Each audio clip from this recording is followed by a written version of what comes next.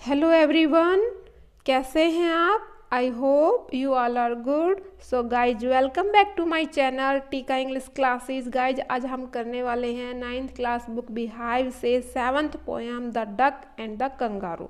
This poem has been written by Edward Lear. Okay, so guys, फटाफट video को like कर दीजिएगा, channel को सब्सक्राइब कर दीजिएगा और बेल आइकन को प्रेस कर दीजिएगा ताकि सही समय पर आप तक नोटिफिकेशन पहुंच जाए।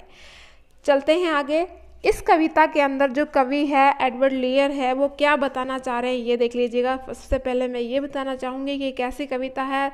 This is a humorous poem. अब देखो भाई, ह्यूमरियस पोएम क्या होती है? जिसके अंदर जो है हास्य रस हो, यानी कि जिसको जब हम उसको रीड करते हैं, रिसाइट करते हैं तो हंसी रुके ही नहीं बिल्कुल भी। That is called humorous poem. It mean that मजाकिया कविता है ये, और इसका कोई खास अर्थ नहीं निकलता है यहाँ पर। जैसे कि हम कह सकते हैं, this is a humorous poem of a kind known as nonsense words by Edward Lear, read it enjoy.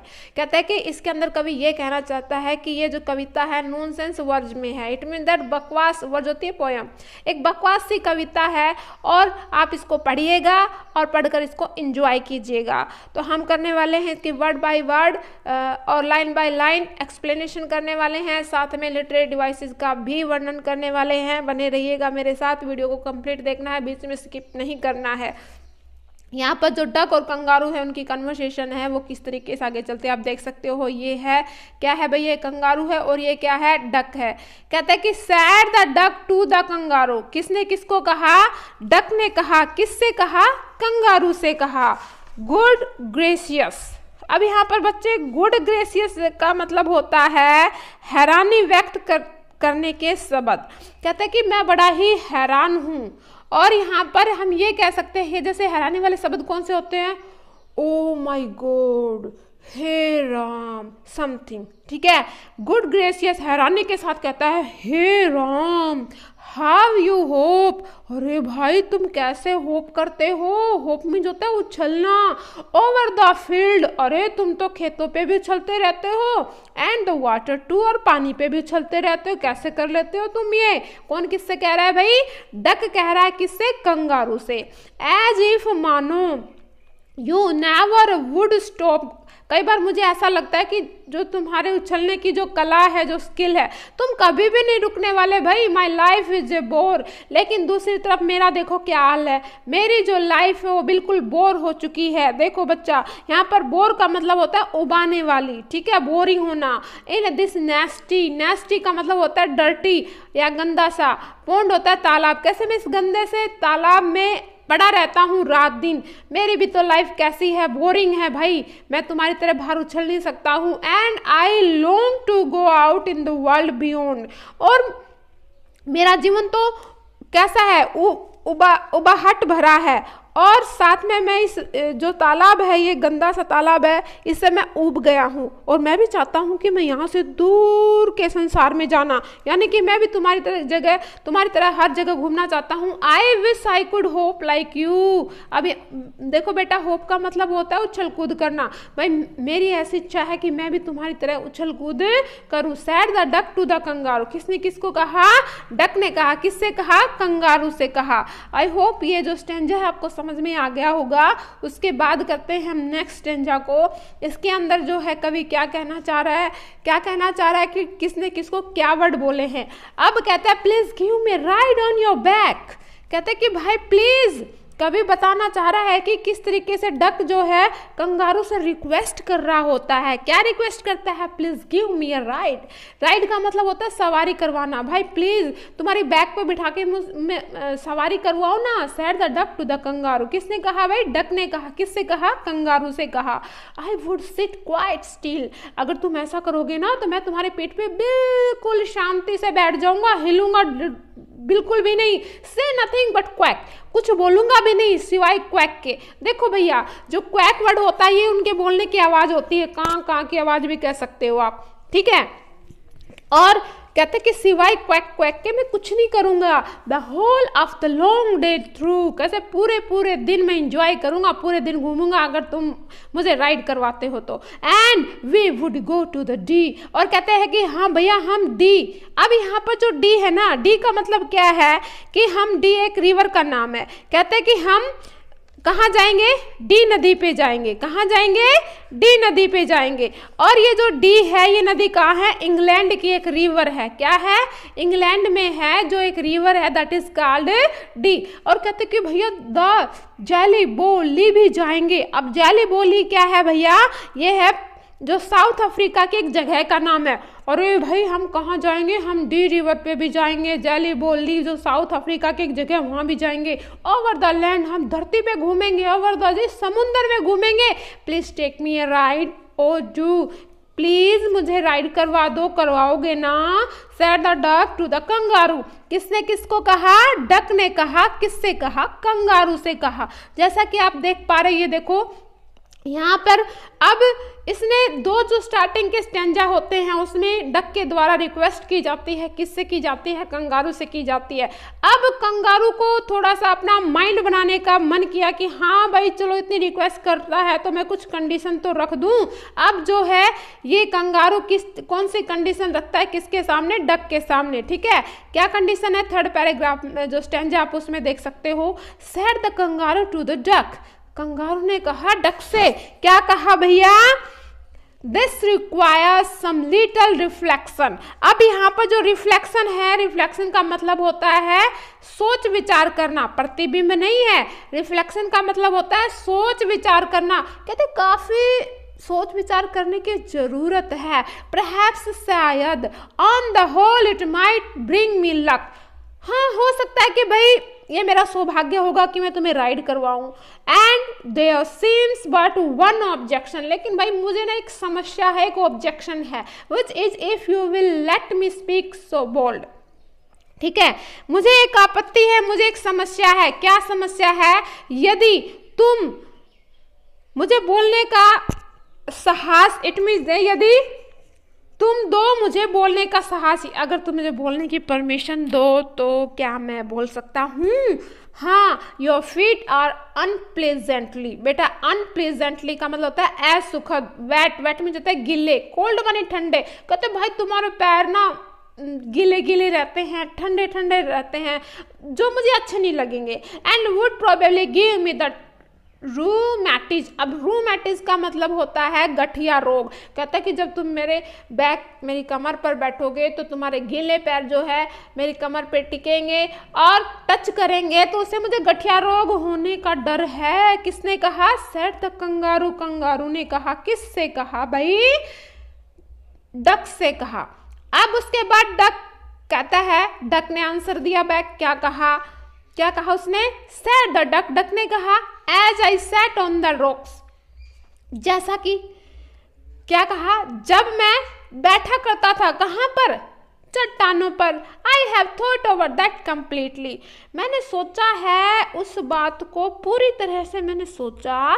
And I boat 4 pairs, actually क्या है, मैंने इस बात पे गौर किया है कि भैया मैं क्या करूँगा। आई बोट 4 पेयर्स ऑफ वोस्टेड सॉक्स। अब यहाँ पर वोस्टेड का मतलब होता है बेटा गरम। कहता है कि मैं एक जोड़ा गरम जुराबे क्यों ना खरीद लूं, which fit my web feet neatly. कहते हैं जो मेरे गीले पाँव के लिए काफ़ी सूटेबल रहेगी। And to keep out the cold I have bought a cloak. कहते हैं साथ में इसके लिए मैंने क्या खरीदना था, मुझे क्लॉक। देखो बेटा क्लॉक का मतलब होता है लबादा। अब लबादे का क्या मतलब है, कंबल टाइप, लोई टाइप में होता है। कहते हैं साथ में कंबल टाइप का एक जो है वस्त्र मैं खरीद लूँगा। साथ में भैया क्या खरीद लूँगा मैं, 4 जोड़े गर्म जोराबे खरीद लूँगा। और उसके अलावा क्या खरीद रहा है, and every day a cigar I'll smoke. मैं एक सिगार भी साथ में लेने वाला हूँ, रोजाना सिगार पियेंगे, मौज करेंगे। All to follow my own dear true love of a kangaroo। और पता है मैं तुमसे बहुत प्यार करता हूँ भाई, तुम बहुत अच्छे लगते हो। ये सब मैं अपने लिए नहीं कर रहा है, तुम्हारे लिए कर रहा हूँ। भाई तुम्हारे लिए कैसे करेगा, कि मेरी वजह से तुम्हें कोई परेशानी ना हो, इसलिए मैं ये सब कर रहा हूँ। ठीक है, अब उसके बाद कहता है कि आगे इनकी जो है फिफ्थ स्टैंजा में क्या बात होती है ये सुन करके किसने कहा, कंगारू ने कहा। किससे कहा, डक से कहा। ठीक है भैया, आई एम रेडी, मैं रेडी हूं। All in the moonlight pale, हल्के पीले चंद्रमा के प्रकाश में, but to balance me well, लेकिन तुम्हें बैलेंस करके बैठना पड़ेगा। Dear duck sit steady, steady का मतलब होता है फर्मली, स्ट्रांगली, मजबूत होके बैठना पड़ेगा। And quite at the end of my tail, कहते हैं मेरे पूंछ के किनारे पे बैठना पड़ेगा तुम्हें। ठीक है, so away they went with hope and A bound, bound का मतलब होता है उछलते कूदते छलांग लगाते, बाउंड को तो छलांग लगाना, होप में तो चलना, छलांग लगाते उछलते हुए कहाँ, एक स्थान से दूसरे स्थान पर वो क्या करते हैं, घूमते हैं। And they hope the whole world 3 times round, कहते 3 बार पूरे के पूरे कहाँ, किसका, 3 बार पूरे संसार का चक्कर लगाते हैं। एंड संसार का चक्कर लगाने का मतलब हर जगह जहां वो जाना चाहते थे। And who so happy O who as the duck and the kangaroo, अब कहता है, क्या कहता है भाई, इतना खुश, कहते हैं इतना खुश हो सकता है और कौन, अरे कौन, जितना थे, कहता है कि और कौन, कंगारू। डक ने कहा कंगारू, कहते बड़ा खुश होते हैं वो।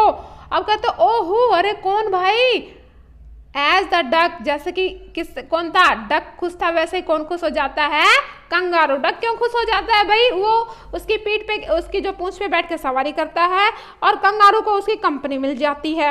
ठीक है, तो भैया ये थी हमारी पोयम। अब हम करते हैं इसके लिटरेरी डिवाइसेस, कौन सी राइमिंग स्कीम यहाँ पर यूज की गई है, फटाफट देख लीजिएगा कौन सी राइमिंग स्कीम है, कौन से पैरे में कौन सी राइमिंग स्कीम है, वो भी कर लेते हैं हम। अब आता है हमारा पहला स्टैंजा, जिसके अंदर कौन सी राइमिंग स्कीम है देख लीजिएगा। अगर हम राइमिंग स्कीम की बात करते हैं तो पहला जो स्टैंजा है उसमें बनेगी हमारी, देखो भैया राइमिंग स्कीम जैसे कि मैं आपको पहले भी बता चुकी हूँ, बाकी की जो वीडियो है पोइट्री से रिलेटेड, कहते हैं कि अब यहाँ देखो जो कंगारू वर्ड है, दूसरा हमारा है टू। अब कंगारू टू, लास्ट में ऊ की आवाज आ रही है तो इसका मतलब क्या है, यहाँ ए है। अब देखो सेकंड वाला क्या है, होप स्टॉप, तो यहाँ क्या हो जाएगा, बी। क्लियर, उसके बाद अब हमारा हो गया ए बी, ए बी। अब उसके बाद देखो क्या इनमें से फिर से कोई मिल रही है, नहीं, अलग है। पॉन्ड बियॉन्ड क्या है भैया, सी हो जाएगी। उसके बाद क्या है, फिर से देखो जैसे हमारी आई थी कंगारू, ऊ की आवाज आ रही है, यू कंगारू, तो क्या आ जाएगी, ए। तो पहले स्टैंजा के अंदर हमारी जो राइमिंग स्कीम बन रही है बच्चे वो क्या है, A B C C A. That is clear. साथ में इसके लिटरेरी डिवाइसेस भी साथ साथ करके चलते हैं ताकि बार बार रिपीट ना करना पड़े। ठीक है, अब हम चलते हैं कि इसमें कौन सा, जब एक ही क्या, जब एक लाइन को बार बार रिपीट किया गया हो, दैट इज कॉल्ड रीफ्रेन। क्या है, रीफ्रेन। ये हमारा रीफ्रेन लिटरेरी डिवाइसेज है। कौन सा है, रीफ्रेन। ये रीफ्रेन क्या है, लिटरेरी डिवाइसेज है। अगर हम यहाँ करते हैं दूसरे लिटरेरी डिवाइसेज की बात तो वो हमारा होगा जैसे गुड और ग्रेसियस के अंदर जी बार बार क्या है यहाँ पर रिपीट किया गया है, तो यहाँ पर हो जाएगा आपका एलिट्रेशन। और यहाँ पर एच बार बार यूज किया गया है तो ये भी क्या है, एलिट्रेशन। That is clear.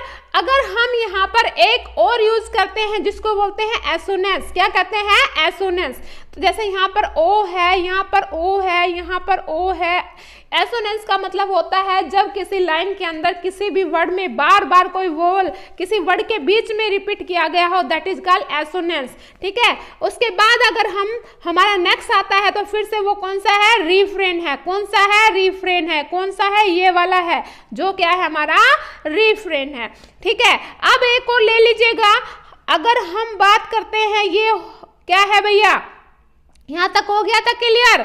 इसके अलावा कोई और भी बन रहे हैं क्या, यहाँ पर चेक कर लीजिएगा। एक वर्ड हमारा यह है, क्या है भाई, होप है, और एक होप यहाँ है। पूरे स्टैंजा के अंदर 2 बार रिपीट हो रहा है ये होप। तो यहाँ पर इसका मतलब क्या है भैया, होप का मतलब होता है क्या है, उछल कूद करना, तो यह बार बार रिपीट हो रहा है। एक वर्ड जब बार बार रिपीट हो रहा है तो उसको बोलते हैं रिपीटेशन। क्या कहते हैं? रिपीटेशन। तो इस स्टैंजा के अंदर ये हमारी राइमिंग स्कीम थी, साथ साथ में ये हमारे लिटरेरी डिवाइसेस थे। आते हैं दूसरे स्टैंजा के अंदर कौन सी राइमिंग स्कीम है और कौन से लिटरेरी डिवाइसेस है। क्या राइमिंग स्कीम सेम रहने वाली है, डिफरेंट रहने वाली है, वो कंफर्म कर लीजिएगा। अब करते हैं हम दूसरे वाले में। तो हमारी जो राइमिंग स्कीम है डिफरेंट रहने वाली है, देख लीजिए कैसे। अब देखो भैया, बैक क्वैक, फटाफट बोलो क्या हो जाएगी? ए। कंगारू, थ्रू, ऊ की आवाज आ रही है, बी। ठीक है, उसके बाद क्या हो जाएगी? ली, सी। ठीक है, सी सी। उसके बाद डू, कंगारू, ऊ। फिर से क्या आ जाएगी? अब जैसे कंगारू वाली, यहाँ कंगारू है और यहाँ क्या है? डू है। अब आपको इस चीज का ध्यान रखना है, जैसे पहले वाले में हमने ए की थी, लेकिन यहाँ पर वो नहीं है। जो सेंस जिस भी स्टेंजे के अंदर आ रही है, जैसे यहाँ पर ए की हमारी इस वर्ड की आ रही है और बी की हमारी यहाँ पर इस वर्ड की आ रही है, तो हम यहाँ पर ए लेके नहीं चलेंगे पिछले स्टेंजा के अनुसार, ए लेके नहीं चलना है, बल्कि इस स्टेंजा के अनुसार हमें आगे चलना है। तो यहाँ पर कंगारू की सेंस क्या आ रही है? बी आ रही है। ठीक है, तो यहाँ पर ऊ की आवाज़ क्या आ रही है? बी। और पहले वाले स्टेंजा में ऊ की आवाज़ ए आ रही थी। अब हमारा यहाँ पर क्या हो जाएगा? ये हो जाएगा बी बी। तो हमारी हुई A B C C B B. That is clear. I hope आपको समझ में आ गया होगा। अगर करते हैं हम इसके लिटरेरी डिवाइसेज, तो भैया कौन कौन से लिटरेरी डिवाइसेज यहाँ पर यूज हुए हैं देखिए। एक हमारा वर्ड आता है प्लीज और एक आता है प्लीज, बार बार रिपीट किया गया तो दैट इज कॉल्ड रिपीटेशन। ठीक है, सेड द कंगारू, बार बार पूरी लाइन रिपीट है तो दैट इज रिफ्रेन। क्या है? रिफ्रेन।